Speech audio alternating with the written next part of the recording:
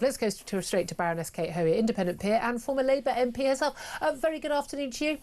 Good afternoon, Julia. I suppose, just really briefly though, do you think there should be any parliamentary time wasted on what the what Prince Andrew calls himself in his headed note paper? Sorry, I didn't hear that, Julia. Do you think there should be any parliamentary time wasted on what Prince Andrew calls himself on his headed note paper? No, I don't. I genuinely think it's a waste of time because in the end, this is going to be sorted out between, you know, the royal family, the Crown Estate, and presumably Prince Andrew. And I don't think Parliament can actually achieve anything other than all feeling like they're doing, you know, aren't they, patting their backs and saying how well they're doing. Exactly. It's a bit of a talking shop, isn't it? Look, let's talk about the madness where we are with this epping migrant. I mean, the story sort of defies belief. We get after the story. I remember I wrote my song column on Thursday, sort of tweeting it out in the Friday morning and going, "Are you kidding me? The story's been superseded." Writing about the one in, one out, and the guy who came back in again, the hokey cokey migrant who's now going to be deported again. And then we had the Epping sex attack migrant being deported in days now, we're told, after mistakenly being freed on Friday morning. 2-day manhunt by the police, finally being arrested. Hadush Kebatu. The Justice Secretary David Lammy is facing questions in the Commons today. What do you make of that whole case? Well, I think it not only is I think the Home Secretary right when she says it about the Department of the Home Office is a bit of a shambles. I think she didn't quite use those words, but that's what she implied. I think probably the Ministry of Justice will be very much looking at their department and how it has handled. And clearly prison staff are under huge stress, and there's no doubt about it. The prisons are overcrowded, and there's been a tendency to try and get people out as quickly as possible. But I don't think anyone expected someone who had actually been literally only been in jail a very short time, and was someone who had been found guilty of a terrible offence in terms of women and the fear that there was that he would have got out early. I found it rather interesting over the weekend that people were going on about this sort of manhunt and you know how wonderful it was in the end that the police got this guy. I mean, I may be totally wrong, but I kind of got the feeling that he didn't even know he was being hunted. No. Because he actually had tried to go back in again, as I understand it, and 5 times. He was there for an hour and a half. Yeah, exactly. So, you know, he was then a bit bewildered. Apparently he was told how to get to the railway station, got on a train, had a bit of money, obviously. But, you know, in the end, he didn't look ever in any of the film that we were seeing as if he was kind of desperately trying to hide. And I mean, he's got this bag with avocados on. He's wandering into a library. He's getting on trains. I mean, for goodness sake, this is not a man trying to hide. Yeah, I mean, I think he was probably quite relieved to be picked up in the end, and especially now it does seem as if hopefully he'll get deported as quickly as possible, and maybe he'll go back and actually make it make it clear when he goes back to his own country that it's actually not as easy as it all sounds to get over to. Well, I mean, it was apparently, you know, he paid, you know, I think over the going rate last year, over £2,000 to get over. Apparently, it's down to 1,500 now. But I mean, apparently, we're paying him £2,000 to go, which is the bit that I find just so difficult to cope with. But this is an ongoing story, and he's not the only one. We've had another illegal migrant who's arrived in this country who has stabbed a woman to death with a screwdriver. I mean, absolutely horrific cases, and we've got numerous other cases that are coming to court of allegations, not yet proved, but allegations of similar sexual assaults and rape. This is not going away, and we know also the cost is still going up. And the extraordinary revelation in the Home Affairs Select Committee report, bearing in mind it's an all-party committee, this isn't just a Tory chair, but Tories attacking. They've said that the taxpayers' money has been wasted on asylum hotels because of a failed, chaotic and expensive system imposed by the Home Office. Yes, going back about 6 years, so covers Tory years as well. But they've seen the cost of 10-year contracts for accommodation tripling from £4.5 billion to over £15 billion of our taxpayers' money. What do you make of that? Well, I mean, it's obviously the last government is just as much to blame because it started all under them. But I'm afraid Labour hasn't done very much to try and sort it out. And, you know, three big companies, companies have got huge amounts of profit out of this.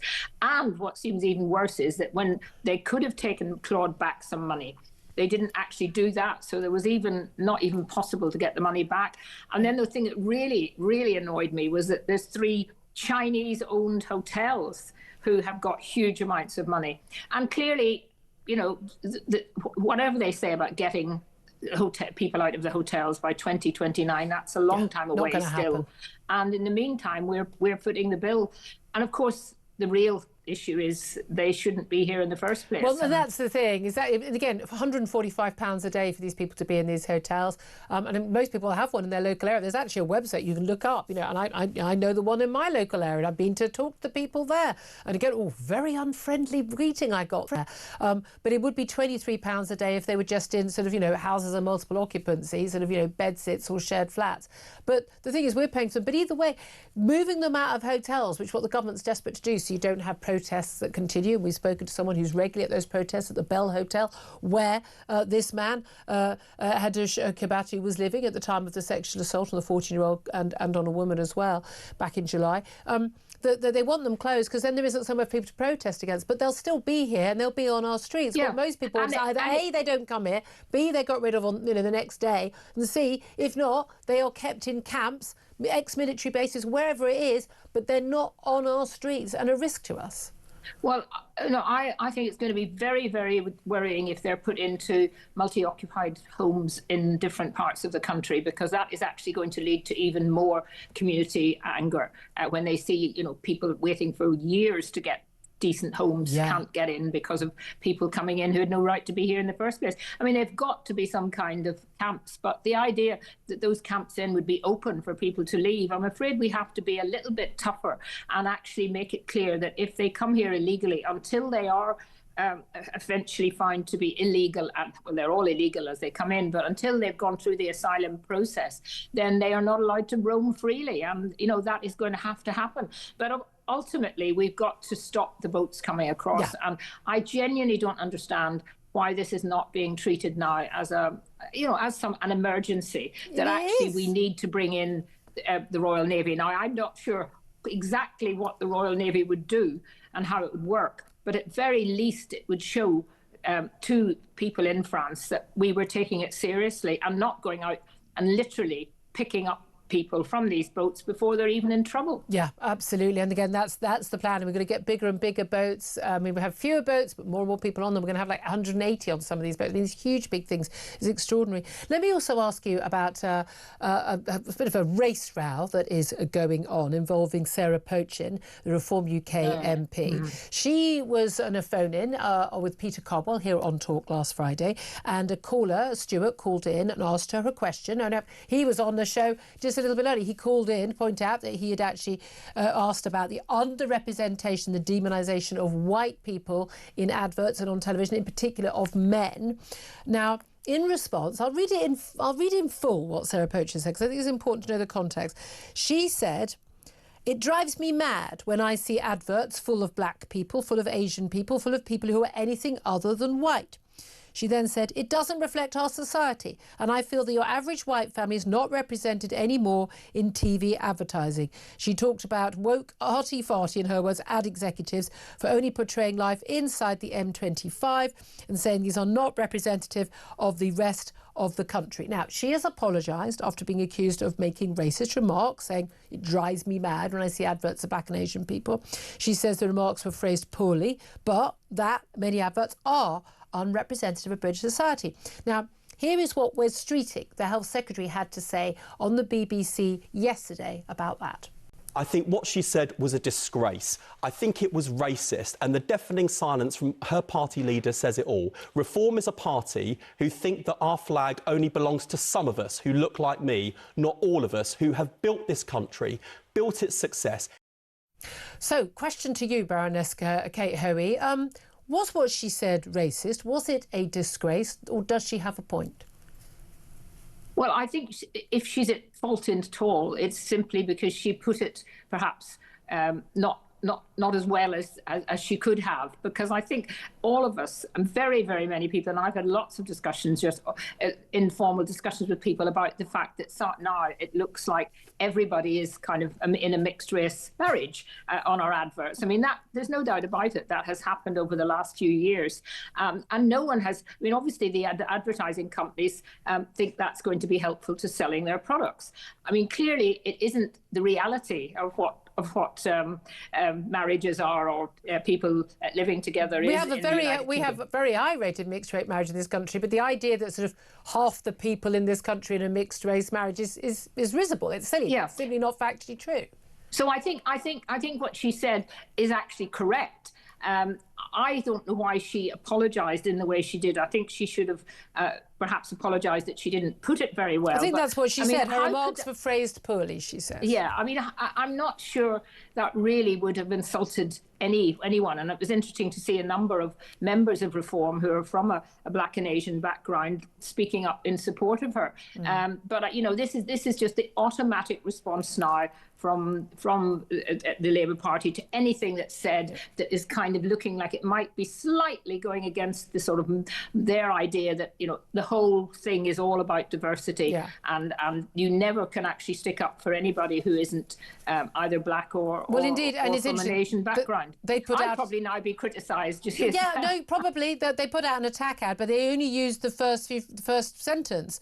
It drives me mad, etc. And that's the thing. A better politician would know how to talk around these things a bit more carefully. And people will say, people but shouldn't also, Julia, remember that tiptoe, but you need to be careful. Do you remember the Scottish leader who made the speech about white people? So only white people were in this, and white people. Yeah, MPs, white. He was, it was very aggressive as well. I don't remember Wes Streeting coming out and in any way criticising that as a Labour leader, elected Labour leader. It's just been corrected, actually. It was Humza Yousaf who made that speech, but Anna Sarwar, also the Scottish Labour Party leader, also made the same point, complaining there were too many leading officials in Scotland who were white. I mean, so two supposedly people on the left and two men, both of colour, talking about it and not being criticised by the mainstream, although there was a lot of criticism online.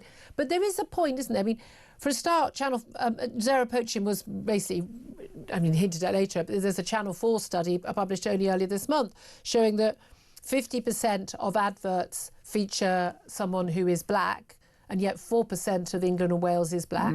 17% of ads feature someone South Asian, so meaning Indian subcontinent, but only 8% of the population is of that heritage, and 11% of ads feature someone East Asian, and only 1% of the population. And elderly and disabled people are the ones who are underrepresented.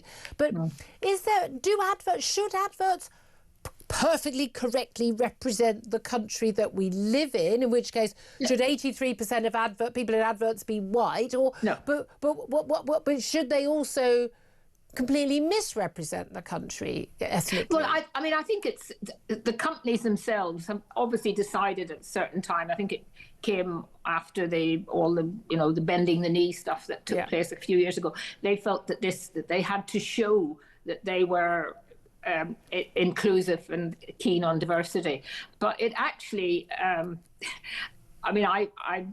not particularly influenced, I suppose, by adverts anyway. No, I couldn't care less what colour the person is cleaning the kitchen, selling me a Mr. Muscle, or what. I just don't care.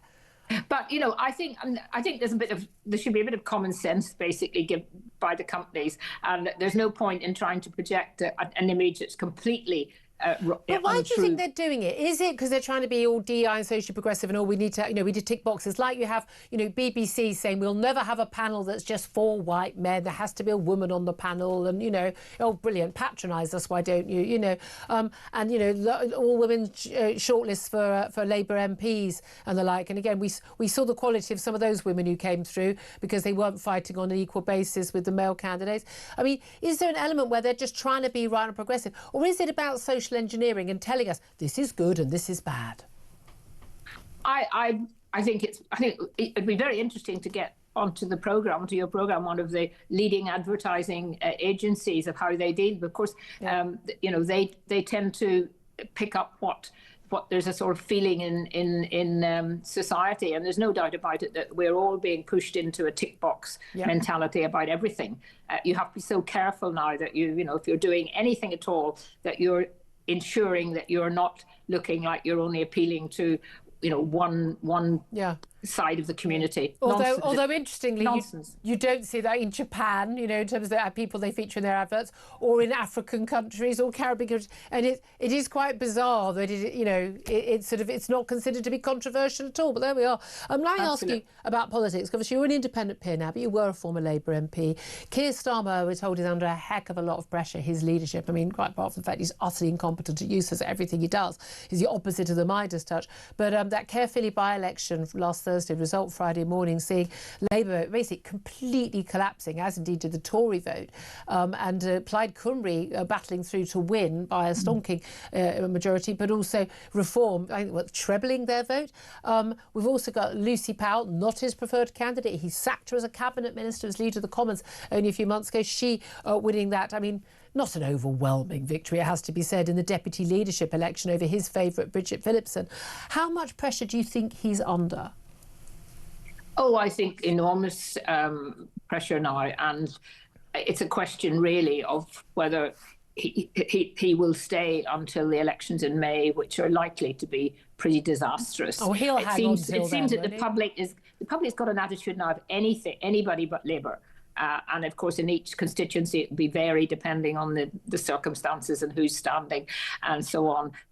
But I think that he doesn't seem to be able to react in any way to some of these setbacks in any different way. Yes. He just comes over as the same old Keir Starmer, and I'm afraid he's not making the public feel that there's a real leader in charge of the country. Absolutely. And that's why everything's going to the dogs, as they say. Well, if that's not a politically incorrect statement to probably say. By now. Wes Reading, the Health Secretary, said there was a growing sense of despair among the public about the NHS, but I think you can safely say it's about pretty much every area of what we talked about on every single show. Baroness Kate Hoey, always good to get your thoughts on everything. Independent peer, former Labour MP, thank you very much.